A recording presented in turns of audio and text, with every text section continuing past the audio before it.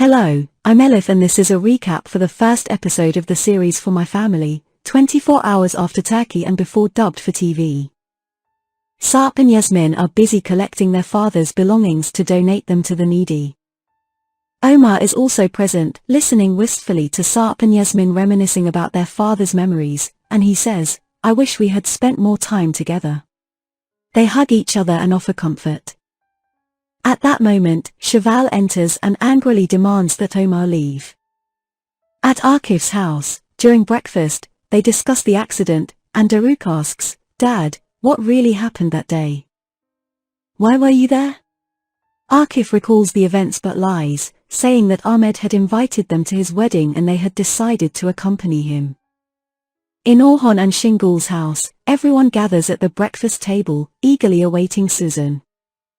Susan is saddened by Ahmed's death and is undergoing treatment, trying to pull herself together. Their cooking show, hosted by Shingul and Orhan, has become quite popular, but Shingul promotes the local businesses in the show without Orhan's knowledge and charges them money. The show's producers have become suspicious of this. On the first day of school, the children's parents also come to the college. Nabahat, upon seeing Cheval, angrily tells her, "How dare you show your face here? You caused the kid's car accident, which led to Ahmed's death." Cheval calmly responds, "It seems you forgot that your husband was my accomplice." Akif adds, "I didn't know what you were planning. I'm not the kind of person who would put my child in danger."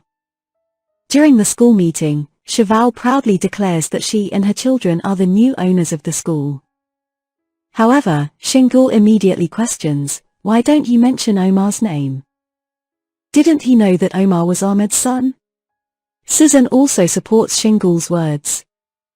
Cheval insists that nothing from Ahmed's estate goes to Omar, and Shingul claims to have spoken to a lawyer to secure Omar's rights. She even suggests that if necessary, they will go to the gravesite to prove that Omar is Ahmed's son. Cheval storms over to Sarp, repeating Shingul's words to him, and continues, "They threw the illegitimate child into our lives." She confronts Susan, saying, "How do we even know if this child is Ahmed's?" and shouts, "If you hadn't married Ahmed, this accident wouldn't have happened. Ahmed would still be alive." Sarp, who is deeply shaken, tells Omar, "We told you, brother, but you chose to ride with them. Know your limits.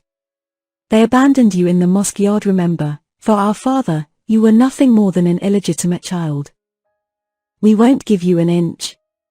Omar angrily responds, "Now that it's like this, I'll take what's rightfully mine." That night, Akif and Susan invited everyone to their home. Akif begins the gathering by reminiscing about Ahmed and expresses his happiness that the children are safe and sound with them. Everyone is joyful and hopeful for a bright future alongside their loved ones. That night, Yasmin suggests to Sarp and Cheval that they could give Omar his rightful share of the remaining assets since they now believe that Omar is truly their brother. However, Sarp and Cheval, using Omar's potential threats and the threat of reporting to the authorities, remain pessimistic about Yasmin. Shortly after, Cheval mentions that she consulted a lawyer and to prevent Omar from getting anything from them, they need to convert everything into cash and deposit it into his account. Sarp and Yasmin agree to this by signing the necessary paperwork. At school, Susan notices that Sarp's name has replaced Omar's as the basketball team captain on the announcement board. The coach explains that Cheval, as the new owner, decided to make the change. Omar doesn't seem to mind, but Susan tells Sarp, "I feel sorry for you." In class, Sarp continuously talks about Kadir's accident, lies, and crimes with a menacing tone, and Susan stares at him in fear. Omar asks Sarp what he means by all these words, and Susan tells him, "Ignore him. He's just talking nonsense."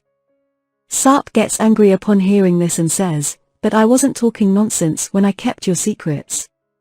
Susan tells him to be quiet, but Sarp tells Omar, "Ask your girlfriend about your brother." Omar, in anger, takes him to the storeroom, presses his throat, and threatens him to speak. Susan shouts to stop him, saying, "Omar, I saw it. I I was there during the accident. Omar, in disbelief, asks, who? Susan responds, Melissa. When Susan is alone with Omar, she recounts the events of that night. Omar, in anger, curses them, saying, may God curse you. I was looking for my brother's killer, and you stayed silent.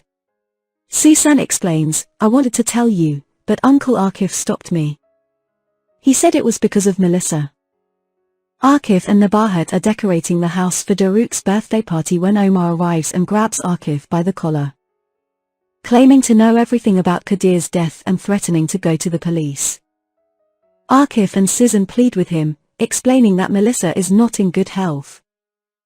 However, Omar is unyielding and heads towards Orhan and Shingul's house to confront them. Meanwhile, Omar informs Asiya that Kadir was killed by Melissa, shocking her. Doruk, upon learning of the situation, rushes towards the house in disbelief. On the way, she calls her father, crying, and says, you've ruined all our lives. How can I look at Asiya anymore? In her anger and frustration, she loses control of the car and has a serious accident. Omar goes to his uncle and says, how could you keep this from me? You were older than me. When Orhan realizes that Omar is talking about Kadir's death, he recalls the time when Akif asked him not to tell Omar anything and how they decided not to report him to the police in exchange for Nabahat not making a fuss. He says, do you know how much Kadir loved Melissa? What was I supposed to do? Go after her for revenge? Omar is not interested in listening and forcibly tries to take his uncle to the police. This upsets Orhan, and he collapses to the ground. Doruk experiences a cardiac arrest in the hospital, and doctors make efforts to resuscitate her. Akif and Nabahat rush to the hospital immediately. The doctor delivers the heartbreaking news that they couldn't do anything for Doruk, and she has passed away. Nabahat, in disbelief, exclaims, is he saying Doruk is dead? My son can't die. She bursts into bitter tears. Just then, Yuljan and Asiya arrive at the hospital. Asiya refuses to believe what she has heard and enters the ICU, urging Doruk to open her eyes. Yuljan struggles to hold her back. Asiya cries out to Doruk, don't go. You told me you wouldn't die. Asiya loses consciousness in Yuljan's arms. Doruk is laid to rest amidst the grief and sorrow of her family and friends. Asiya remains in the hospital, and when she hears from Shingul about Doruk's burial, she is stunned. When she is alone, she sets off in search of Doruk with tears in her eyes. Upon returning home, Akif and Nabahat are engrossed in watching a video they had prepared for Doruk's birthday celebration. Akif goes to his room, picks up his gun, and heads out, presumably in a distressed state. He goes to Doruk's grave and says, fathers don't leave their children alone. You will not get rid of me. He puts the gun to his head. At the same time, Asiya arrives and, seeing Akif's car, goes to Doruk's grave. Seeing Akif in that state, she snaps and a shot is fired before she can do anything. Thank you for watching, stay tuned for the next episode.